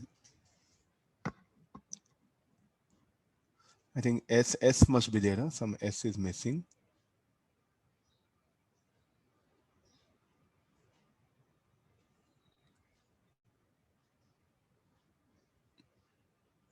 Yeah, now get into the. So once we know resistance, we can get the resistivity. I'll get this one. Now it's telling the N corrections. What are N corrections? Anybody? N corrections are for what? Due to this strip. N corrections for what? I think the N corrections were what happened. A length of wire which is made a connection, that particular length what happened will not be measuring. I think long back I gave diagram. Once again I'll put it. So either let it be at any one strip. The wire which we use, no, some length of wire will be used for connection. So here what happened, a screw will come. Some length of wire what happened inside will be used. It will be of around 0.1, 0.2 centimeter. That particular length what happened will not be reflected here. So here is what the N correction will come. Not like N correction is due to this strip. Black color strip. No, the N correction will come at A and C. So what are N corrections?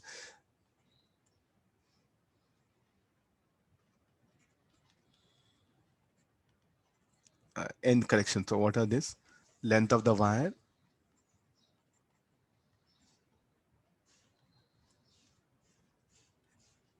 Used for making connections. Length of wire used for making connections and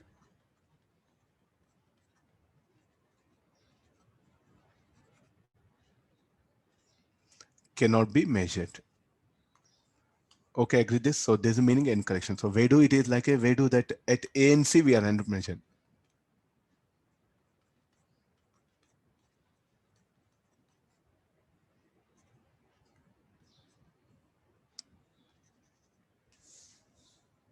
Not at D and C. So what is the 10 correction? So I do find out 10 correction by that one. So what is the diagram? The diagram will be, let me give. Diagrams are missing for N corrections also. Let me supply the diagram.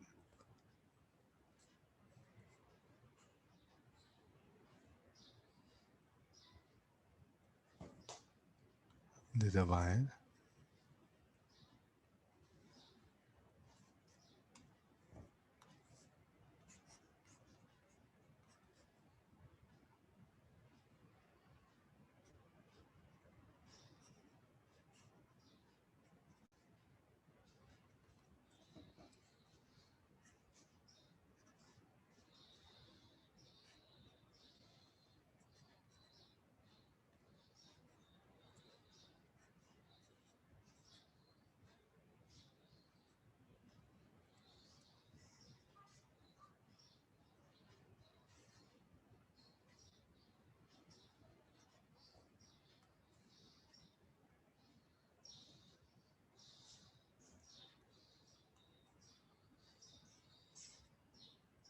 Okay, no, you see this length is L1. This is 100 minus L1. Here is what the 10 corrections will come, alpha and beta. What are alpha, beta? Length of the wire, the small elemental length of the wire, which will be used for connections. Now I'll interchange the boxes, then I'll measure it.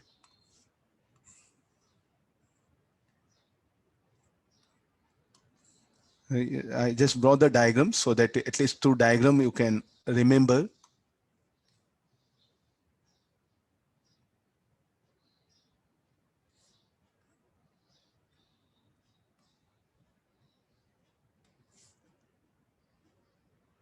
R2, R1.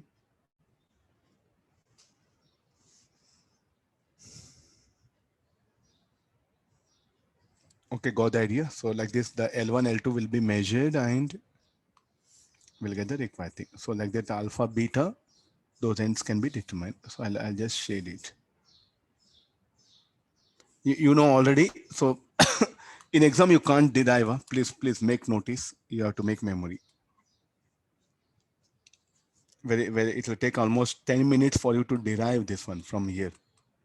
You know this formula, alpha, beta, try to solve it, take 10 minutes for you. So better to remember, no? This is, please do remember this formula. See, I'm telling this one, all these things at a student should identify, no, what should be the made memory, what is not memory. So especially mains exam,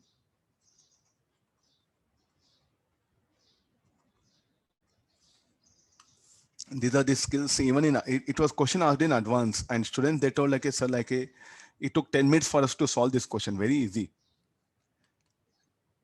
It came in advanced paper. So solving for alpha beta open itself killed time for them. Anybody knows this formula, you would have managed very easily.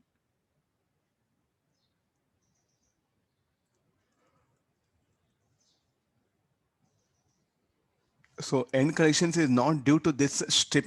This is something. What should be the condition for this strip?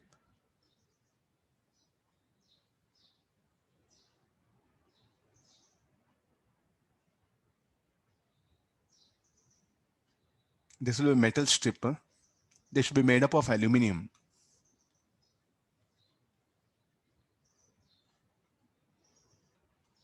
Why aluminum?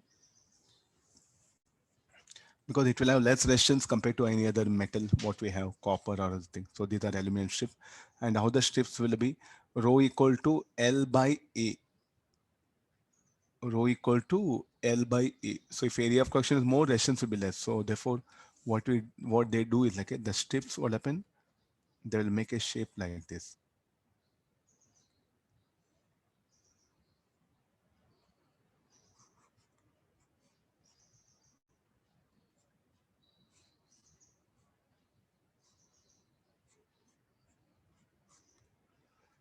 This will be particular one strip is which I wanted to.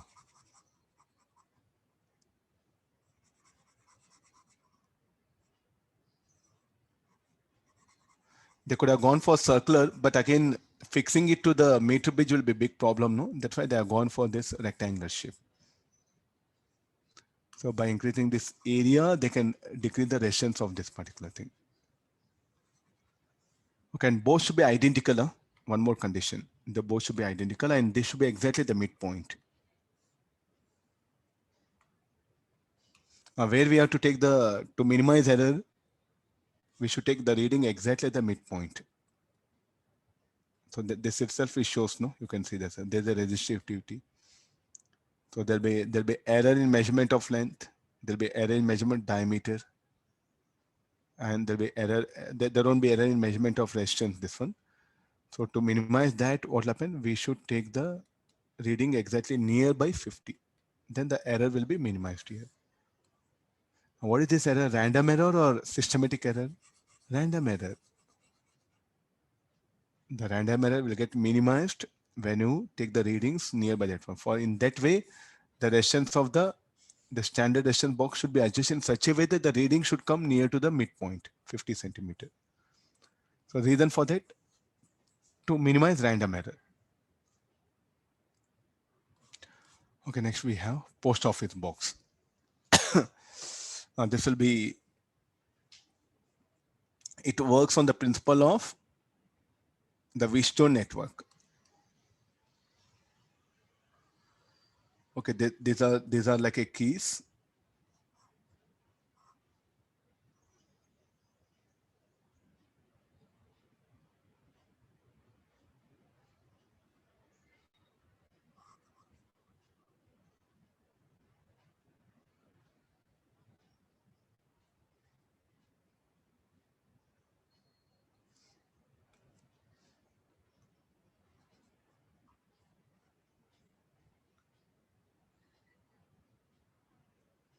Yeah, it will be. When you remove this plug here, the gap here, no. So there's a 1 ohm, 2 ohms, 2 ohm, 5 ohm, 10 ohm. If you remove here plug, if you remove this one, no, then that 1 ohm will get added up. When it is placed, there won't be resistance. So now no resistance between P and Q. Between, say, like, we'll write some name. No symbols. AB. I'll write it. There won't be any resistance between points A and B. Same thing when you remove that plug.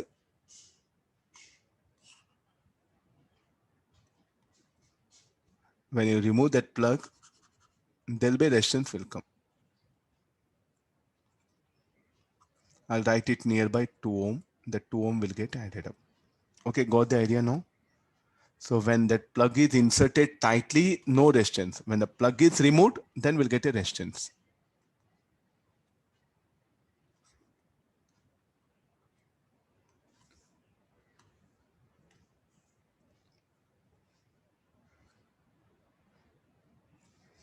Okay, idea? This one?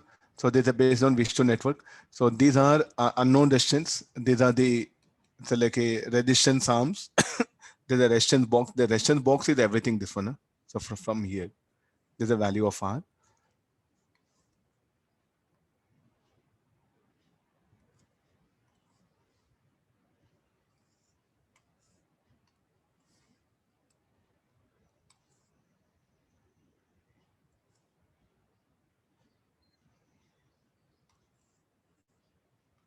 Some other color. Everything will be the,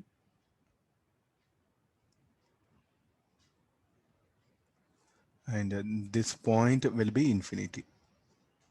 Open circuit. We can make that open circuit also. And the unknown resistance is this one. Okay, the ratio arms, what you can see here, there's a Q, there's a P.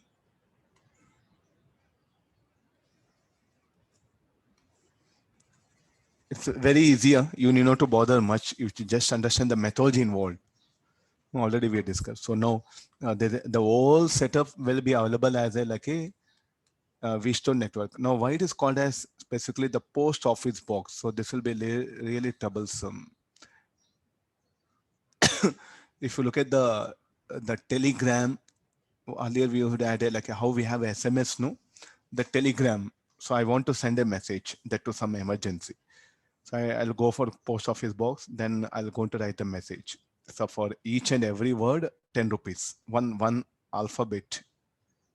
One alphabet, 10 rupees. So like some, please come, please start your journey immediately to Hyderabad. Okay, then for every word, one alphabet, 10 rupees. Okay, they have to send. How do they? In the Telegram machine open, they used to use this equipment. That's why it was very popularly used. So therefore, they started calling it as post office box. Okay, got the idea now? This one, the basic purpose of V-Stone is to measure the quality of sand. That purpose, it was introduced by one botanist. No engineer, nothing, nobody has come into picture. To measure the sand quality, you know, the fertility of soil, everything, no. So we use this one because the particular land where the sand is available, no, where I'm going to go for the I want to do agriculture. I want to check the quality of sand. So the fertility depends upon its resistivity. Because why the resistivity is needed? Because that particular sand has to absorb the nutrition from the earth. And what we have nutritions is like all the elements, ions. So if it's having certain conductivity, it's good, no? It can absorb.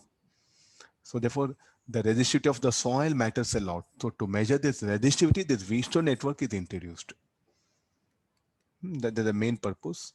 So can be asked in mains, if not in advance. The sand, like a fertility is directly proportional to, or in passages, they may introduce this idea. The fertility of sand depends upon the resistivity of the sand. The resistivity is what we can determine here. No? Okay, the ratio arms. So what is a why not V-Stone network? Why we are using this post office box? Why we are coming for V-Stone network? The V-Stone network open here, there. the accuracy we cannot, the precision not possible, means 10 ohm.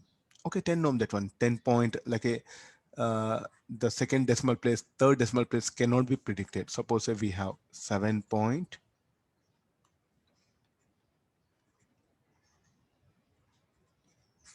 in Wheatstone network, the second, third decimal places, or even the first decimal places, predicting exactly not possible. In post office box, even the third decimal place we can predict exactly. That's why compared to Wheatstone network, this is widely preferred. By adjusting the ratio arms, I can choose the decimal place. So first, usually the ratio, it will be made 1:1. So here I'll plug 10 ohm, 10 ohm. Then according to this, X equal to Q by PR. So Q by P is 10 and 10. Then in the beginning, first experiment, first data is what a very troublesome. Once you get the first data, the other things you can manage. Other things you can manage here. So what actually happens is like the first data, P by Q. So first 10 ohm, 10 ohm, I remove it. Then first, which key should be pressed here? The galvanometer key or the battery key? I think long back we have discussed. So here is telling that information. Check the deflection in the galvanometer by pressing the key K1, then galvanometer key K2. Any reason? First, I should press the key K1. Where is the key K1? It's one. It is connected to cell, no? And key K2 is connected to galvanometer. So that K1, K2, let me indicate here.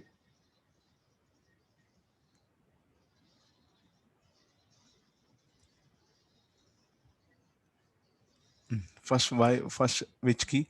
The K1 key should be pressed first, then K2. Any reason for that?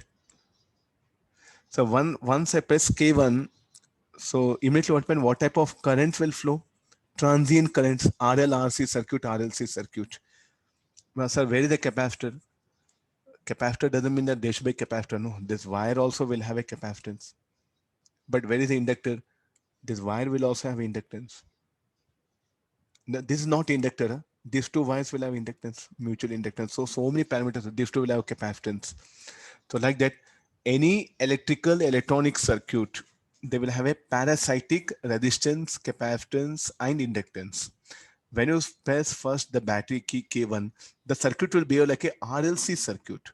And we know what is the current, a varying current. A transient current will flow. And how long it will flow? For a short duration of time.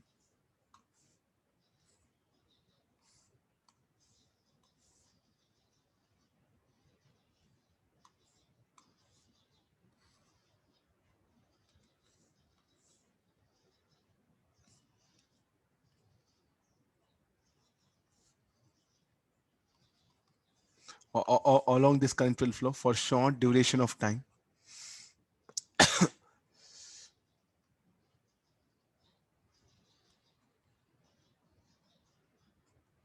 Okay, guys, for short duration of time, this current will flow. What is this time? 5 lambda, 30 microsecond or 40 microsecond. So initially there's a transient current. Afterwards, steady state current. Now, if a transient current flows, so suppose you press K1, K2 both simultaneously. So here a transient current will flow. The galvanometer may receive inductive kick, in the sense a sudden deflection it will show, and it may damage the galvanometer. So to avoid that inductive kick, or to avoid the transient current flowing through the galvanometer, first K1 I should press. Once K1 is pressed, what is the problem? What are the transient current, they'll settle and a steady state current will flow. Then when I press the K2, no, then what all current will be flowing is the steady state current. So that will not give any inductive kick to the galvanometer. Well, sir, what will happen? Inductive kick, the pointer should not deflect suddenly. And with that, what will happen? The elastic string which will be there, no, in the galvanometer, this will have torsional constant. And if I suddenly get twisted, no, after elastic effects will come into picture. It may lose its elasticity. For that purpose, what will happen? And this is very important. Once it loses elasticity, you have to put this galvanometer in dustbin. So for that purpose, to avoid inductive kick in the galvanometer. First the battery key K1, then K2 should be closed. Or in the sense, the transients will be eliminated. First, if you press K1 with K2 open, then what will happen? A transient current which is flowing will get nullified and only steady state can flow. Then you press K2. This is the main key, a very important part. No, sir, I will press first. I'll press K2, then K1. If you press K2 and K1, definitely there's a possibility of galvanometer may get damaged. That's the reason. Got the idea how to take the reading? Then what you should do? You should make a guess of the value of R and how the what type of galvanometer I'll be picking up. I'll be picking up galvanometer where the pointer should be in the middle.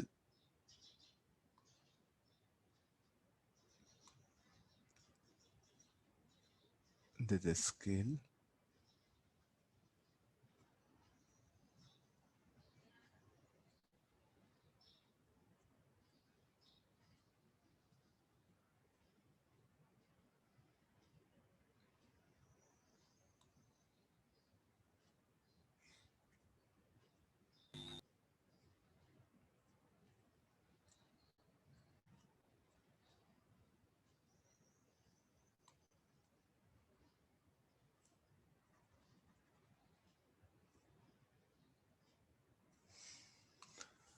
Okay, the pointer should be what happened at the zero, that one.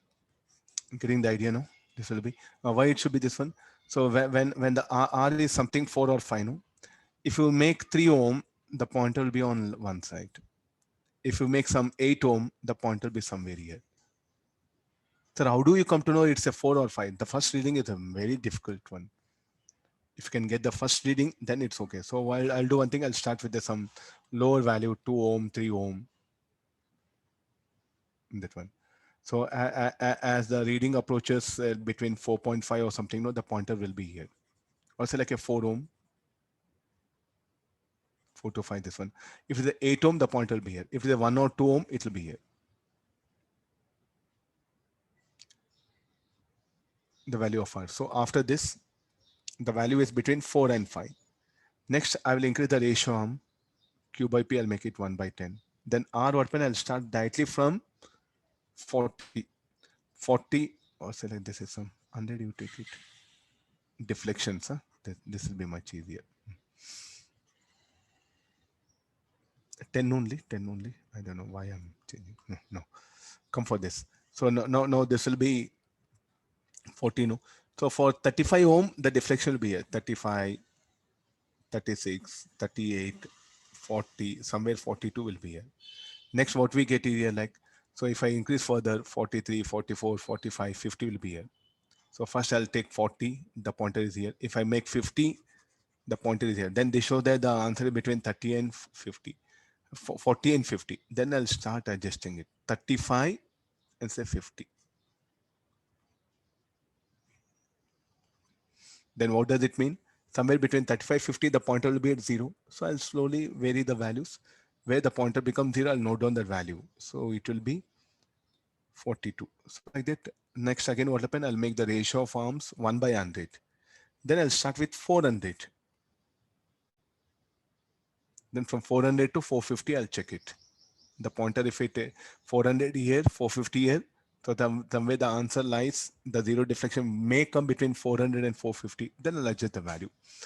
I'll calculate the value of R. I'll note down the value of X. Then I'll take the mean of that. We'll get the required answer.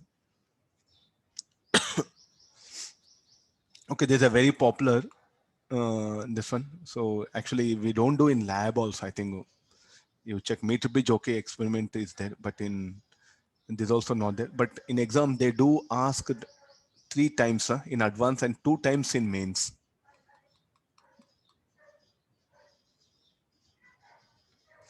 Theoretical ideas, the galvanometer, the scale should be 0 between the 0 should be the midpoint of the scale. And next, again, what we needed, again, the first, the battery key, then galvanometer key should be pressed here. And these are called like ratio arms. From with this weapon, you can control the accuracy. Or say better, say precision, sorry.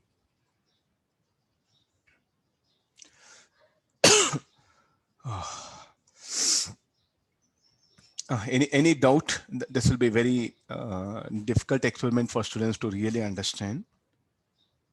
I'll just give the set of diagrams so that you'll understand. 35 to 50 will be like this. This is second diagram.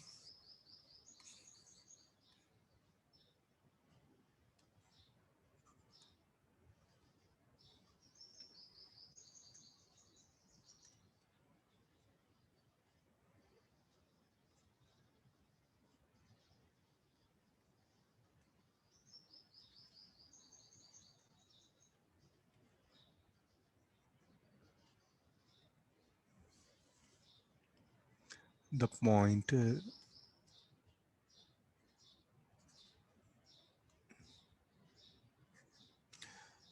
this is for 2 ohm, 8 ohm. Next again, this will be say some 35, pointer will be here.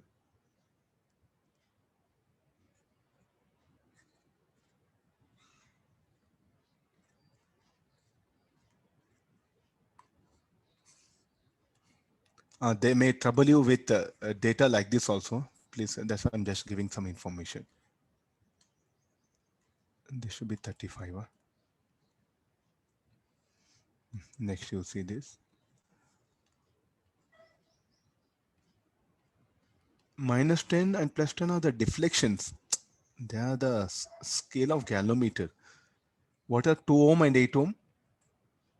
Somebody is asking, sir, what is this 35? Okay, no, at least.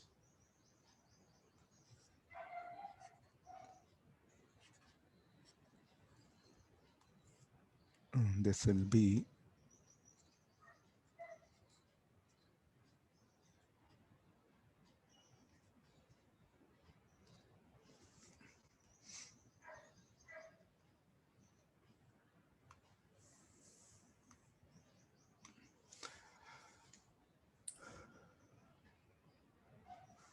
okay. Agree this one.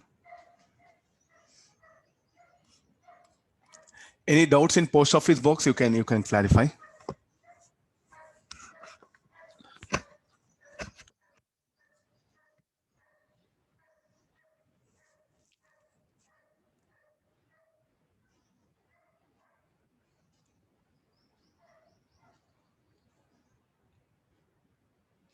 Completed, no problem. 135. Okay, I'll continue from tomorrow. Tomorrow I can take class.